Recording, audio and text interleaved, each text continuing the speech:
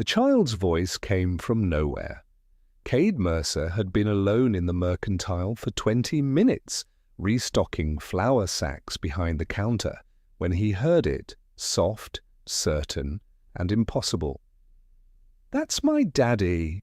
He froze. The burlap sack slipped from his grip and hit the floor with a muffled thud. Dust motes spun in the afternoon light slanting through the window. He turned slowly. A little girl stood in the doorway. She couldn't have been more than 3 years old. Her dress was faded calico, patched at the knees, and her hair hung in tangled blonde waves past her shoulders.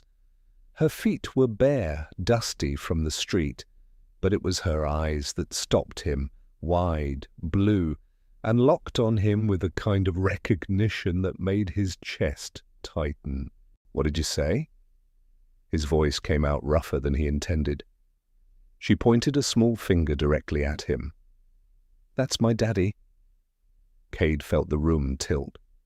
He gripped the edge of the counter. I don't have any children." The girl didn't blink. She took a step forward, her bare feet silent on the worn floorboards. "You are. Mama showed me the picture." "What picture?" His heartbeat was loud in his ears now. "Where's your mama?" The girl's face crumpled, and for a moment he thought she might cry. But she didn't. She just looked at him with those impossibly steady eyes and said, "She's gone." Cade glanced toward the street. The town of Bitterridge was quiet this time of day. Most folks were indoors avoiding the heat. No one had followed the child in. No one was calling for her. He crouched down, keeping his distance, trying to soften his voice. "What's your name?"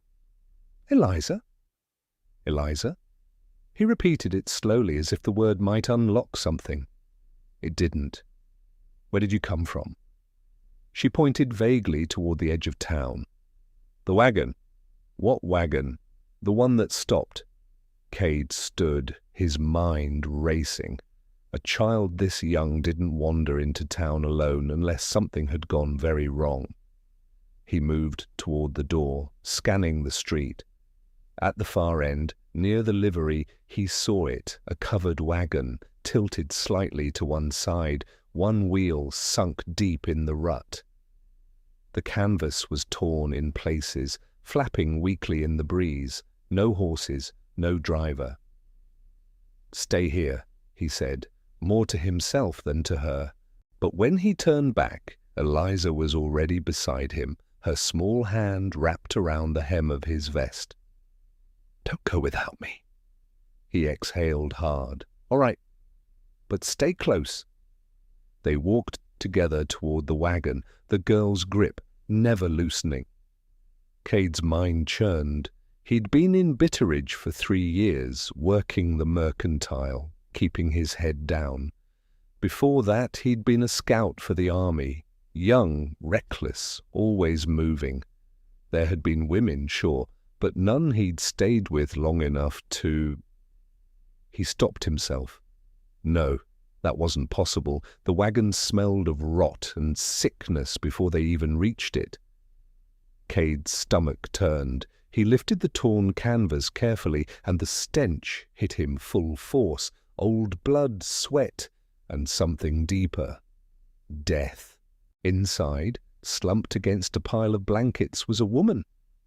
Her face was pale, her lips cracked and colorless. Her eyes were half open, unseeing. Cade didn't need to check for a pulse. She'd been gone for hours, maybe longer. Eliza didn't make a sound. She just stood there, staring at the body with a strange, distant calm.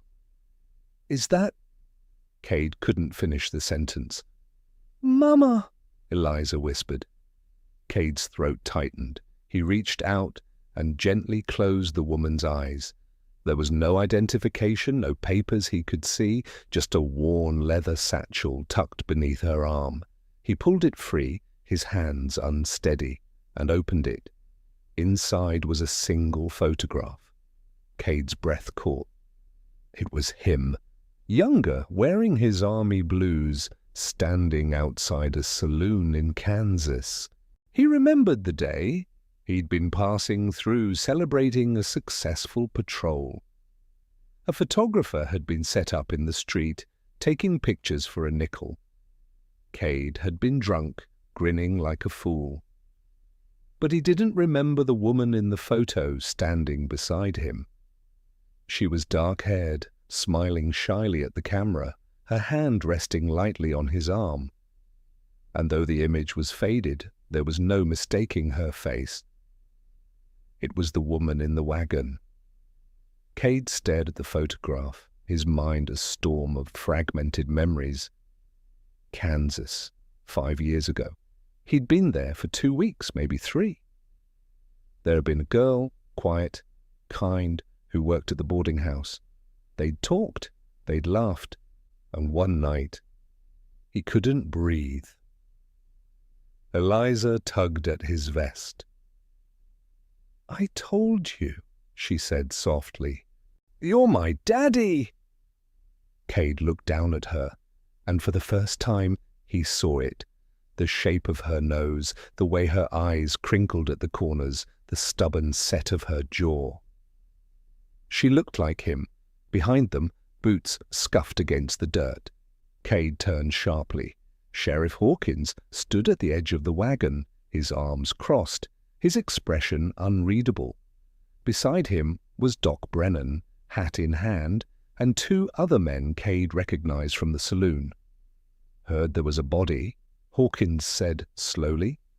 His gaze moved from the wagon to Cade, then down to the little girl, clutching his vest. "Care to explain what's going on here, Mercer?" Cade opened his mouth, but no words came. Eliza looked up at the sheriff and said, "Clear as a bell. That's my daddy." Hawkins' eyes narrowed, and Cade knew in that moment that everything was about to change. The silence that followed Eliza's words was suffocating. Sheriff Hawkins didn't move. He just stood there, staring at Cade with the kind of slow, measuring look that made guilty men confess. But Cade wasn't guilty. He didn't think he was, anyway. He just didn't know what the hell was happening. "That true?" Hawkins finally asked. Cade swallowed hard. Don't know." "You don't know if you got a daughter?" "I didn't know she existed until 10 minutes ago." Cade held up the photograph, his hand trembling slightly. "This was in the wagon. It's me. And the woman." He glanced back at the body, his voice dropping. "I think I knew her 5 years ago." "In Kansas." Hawkins took the photograph, studied it for a long moment, then handed it back. "That's a hell of a thing to forget." "I wasn't trying to forget. I didn't." Cade stopped himself. How could he explain? That he'd been young and reckless? That he'd moved from town to town, never looking back? That he'd never imagined there might be consequences? Doc Brennan stepped forward, his weathered face creased with concern. "The woman inside, she's been dead a while. Fever, looks like. Probably cholera or something close to it." He glanced at Eliza, then back at Cade. "Child's healthy, though. Miracle she didn't catch it." Eliza's grip on Cade's vest tightened. She pressed herself against his leg, as if afraid someone might take her away. Hawkins scratched his jaw. "We'll need to bury the woman. And the child." He paused, his eyes flicking to Eliza. "She'll need somewhere to go." "I'll take her," Cade said, before he could stop himself. The words hung in the air. Even Cade was surprised he'd said them. Hawkins raised an eyebrow. "You sure about that?" "No," Cade admitted. "But what else am I supposed to do? Leave her to the orphanage in Cheyenne?" He looked down at Eliza, who was staring up at him with those impossibly trusting eyes. She's... He couldn't finish the sentence. She's mine. The words felt too big, too real. Hawkins nodded slowly. All right. But if you're claiming her, Mercer, you're responsible for everything. Food, shelter, schooling. And if it turns out you're lying, I'm not lying, then prove it. Hawkins turned to leave, then stopped. Oh, and one more thing. Word's gonna spread fast. Woman dead in a wagon, child claiming you're her father. People are gonna talk. Some are gonna want answers. You better be ready for that. Cade's jaw tightened. I'll handle it. But as the sheriff walked away, Cade wasn't sure he believed his own words. By evening, the town knew. Cade could feel it the moment he walked into the saloon with Eliza's hand in his. Conversation stopped mid-sentence. Eyes followed them across the room. Whispers rippled through the crowd like wind through dry grass. He ignored them. He found a table in the corner, ordered stew for both of them, and tried not to think about the weight of every gaze pressing down on him. Eliza ate slowly, carefully, like someone who'd learned not to waste food. She didn't say much, just watched him with those quiet, assessing eyes. "You going to tell me about your mama?" Cade asked gently. Eliza shrugged. "She was sick a long time. We were going to California. She said you were there." "I'm not in California." "I know." Eliza's voice was matter-of-fact. She got confused sometimes, near the end. Cade's chest ached. Did she talk about me?" Eliza nodded. "She said you were kind and brave, and that you didn't know about me." She paused, stirring her stew with a wooden spoon. "She said it wasn't your fault." Cade didn't know what to say to that. He felt like he'd been punched. A shadow fell across the table. Cade looked up to see Abigail Stern, the schoolteacher, standing with her arms crossed. She was a thin, sharp-featured woman with a reputation for speaking her mind. "Is it true?" she asked, without preamble. "Is what true?" "That you abandoned a woman and child in Kansas." Cade's jaw tightened. "I didn't abandon anyone. I didn't know." "Ignorance isn't innocence, Mr. Mercer." Abigail's voice was cold. A man ought to know the consequences of his actions. "I'm taking care of her now," Cade said evenly. "Are you?" Abigail glanced at Eliza, then back at Cade. "Or are you just trying to save your reputation?"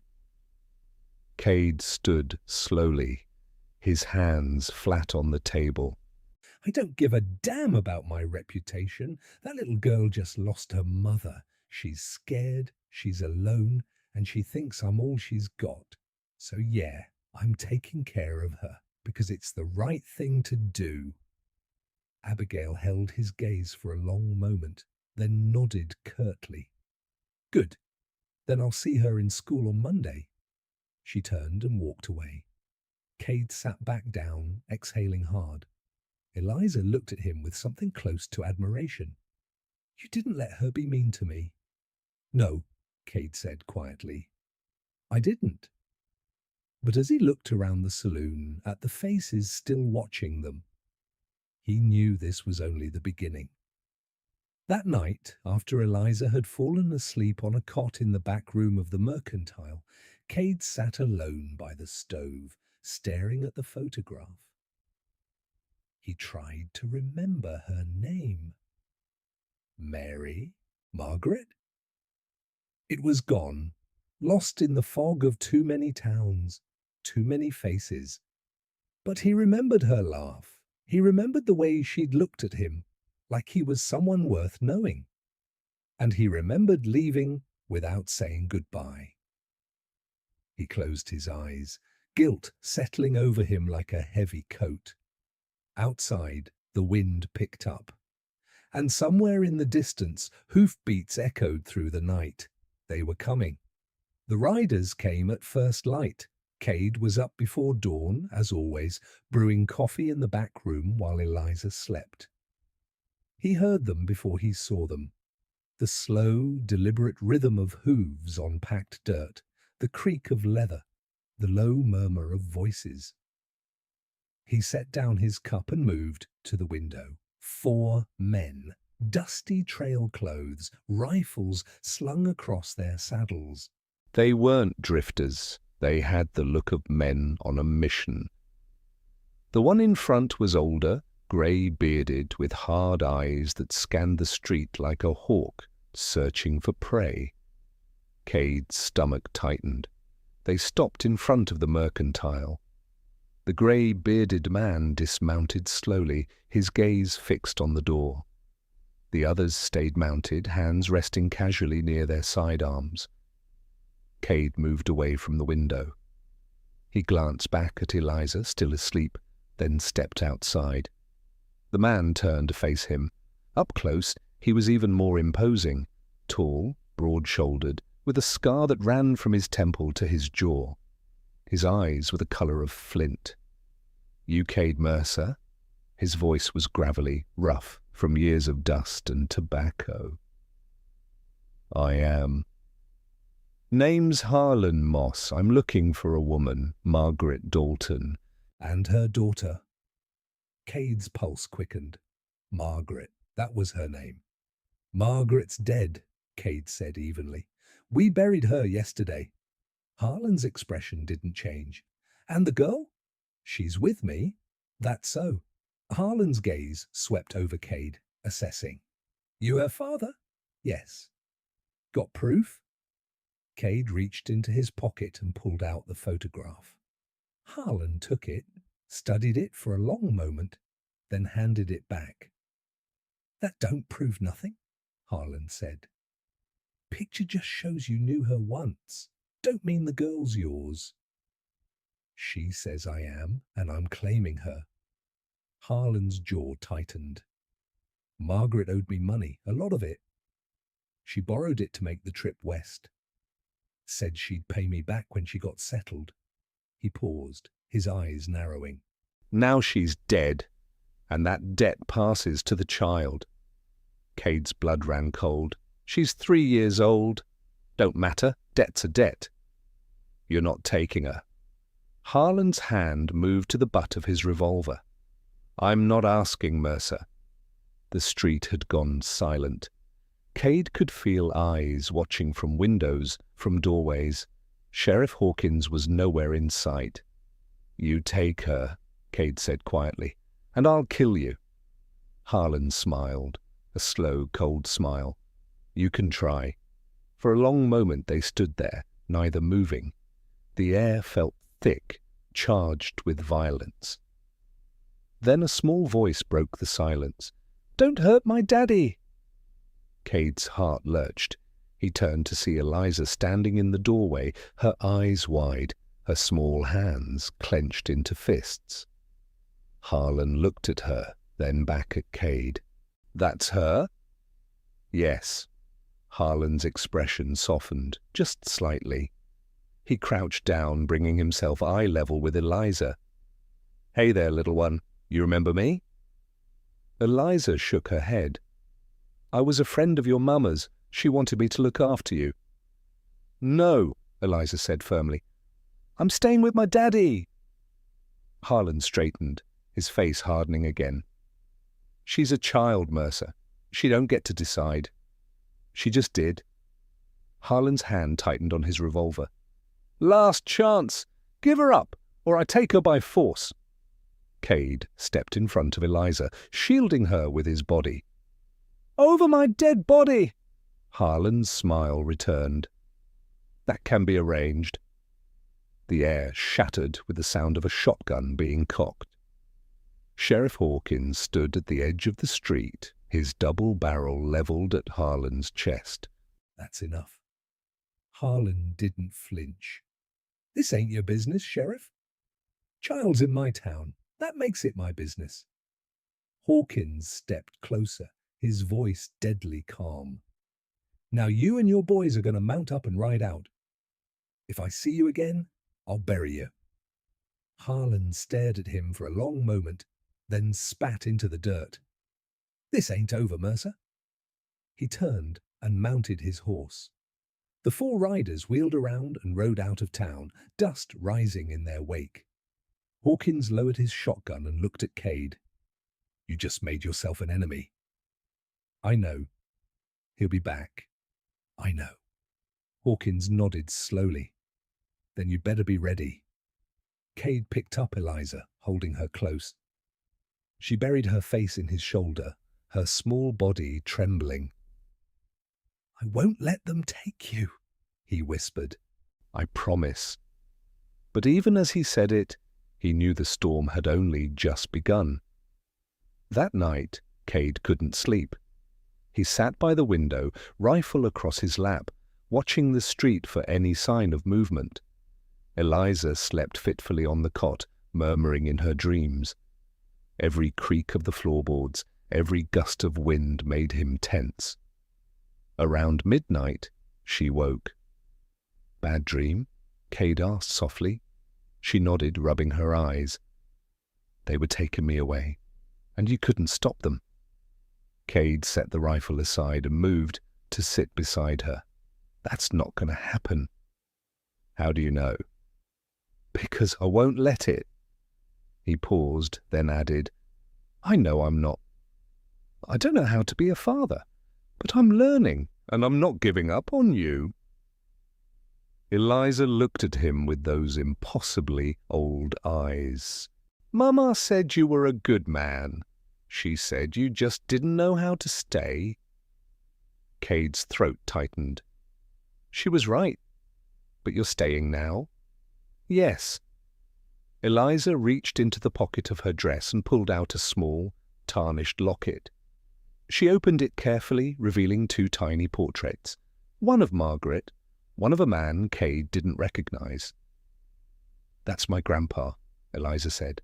He died before I was born. Mama said he was brave, like you. Cade took the locket, his hands unsteady. Can I keep this? To remember her? Eliza nodded. She'd want you to. Cade fastened the locket around his neck, the weight of it settling against his chest. It felt like a vow. Eliza curled up beside him, her head resting on his shoulder. Will you tell me a story? I don't know any stories.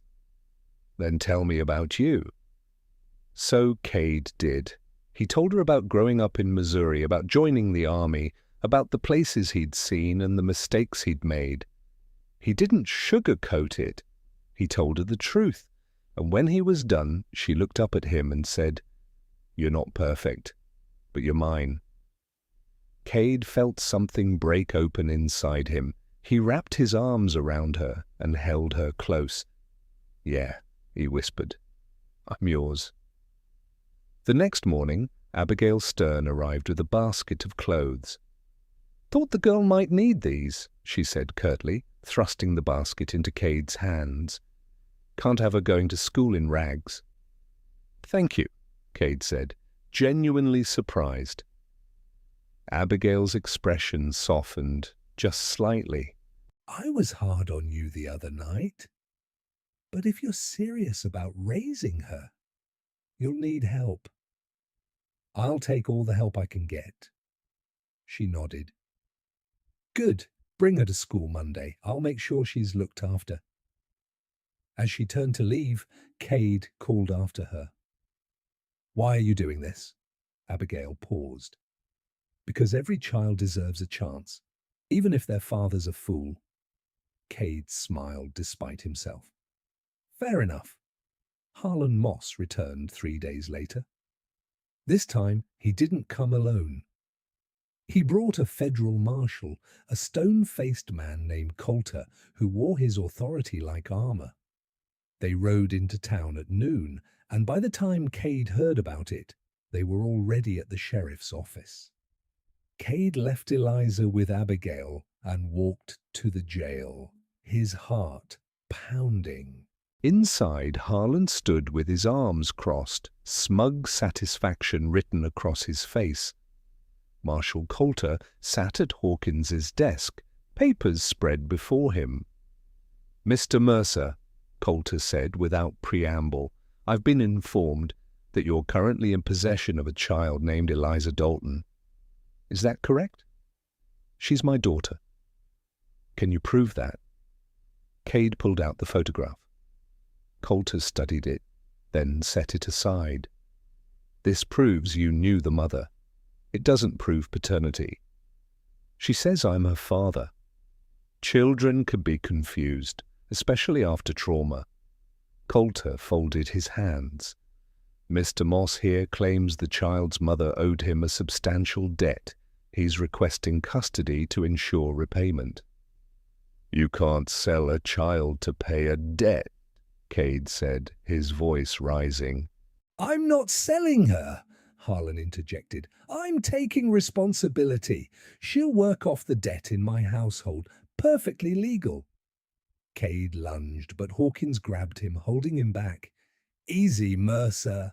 Coulter stood. "I'll need to speak with the child alone." "No." Cade's voice was raw. "Oh, you're not taking her anywhere." "Then you're interfering with federal business." Hawkins stepped forward. "Marshal, with respect, this town's not convinced Moss here has the girl's best interests at heart. Give Mercer a chance to prove his claim." Coulter considered this. "How?" "Blood test," Hawkins said. "Doc Brennan can do it. If the blood matches, the girl stays with Mercer. If not, Moss gets his hearing." Coulter nodded slowly. "Agreed." "We'll do it tomorrow." The next day, the entire town gathered at the church. Doc Brennan set up a makeshift examination area. Eliza sat on a bench, swinging her legs, while Cade stood beside her, his hand on her shoulder. Brennan took samples from both of them, then disappeared into the back room. The wait was agonizing. Finally, he emerged. "It's a match," he said simply. "The blood types are consistent with paternity." The room erupted in whispers. Harlan's face twisted with fury. Coulter nodded, standing. "That settles it. The child stays with Mercer." Harlan stepped forward. "This isn't over." "Yes, it is." Coulter's voice was final. "Take your grievance elsewhere." Harlan glared at Cade, then turned and stormed out. Cade exhaled, his knees nearly buckling. Eliza threw her arms around him. "We won," she whispered. "Yeah," Cade said, his voice breaking. "We did." 3 years later, Eliza Mercer stood at the front of the schoolhouse, reciting her lessons with confidence. She wore a new dress, her hair neatly braided, her face bright with intelligence and joy. Cade watched from the back of the room, his chest swelling with pride. Abigail Stern caught his eye and gave him a small, approving nod. After class, Eliza ran to him, her hand slipping into his. "How'd I do?" "Perfect," Cade said, "just like always." They walked home together through the dusty streets of Bitterridge. The town had changed, grown quieter, kinder. Or maybe Cade had changed. That night, as he tucked Eliza into bed, she looked up at him with those impossibly blue eyes. "Do you ever think about Mama?" "Every day," Cade said honestly. "Me too." She paused. "Do you think she'd be happy with us?" Cade smoothed her hair, his throat tight. "Yeah, I think she would." Eliza smiled, then closed her eyes. Cade stayed there a long time, watching her sleep, the locket cold against his chest. Outside, the wind whispered through the sagebrush. The past was gone, but the future was theirs. And for the first time in his life, Cade Mercer was home.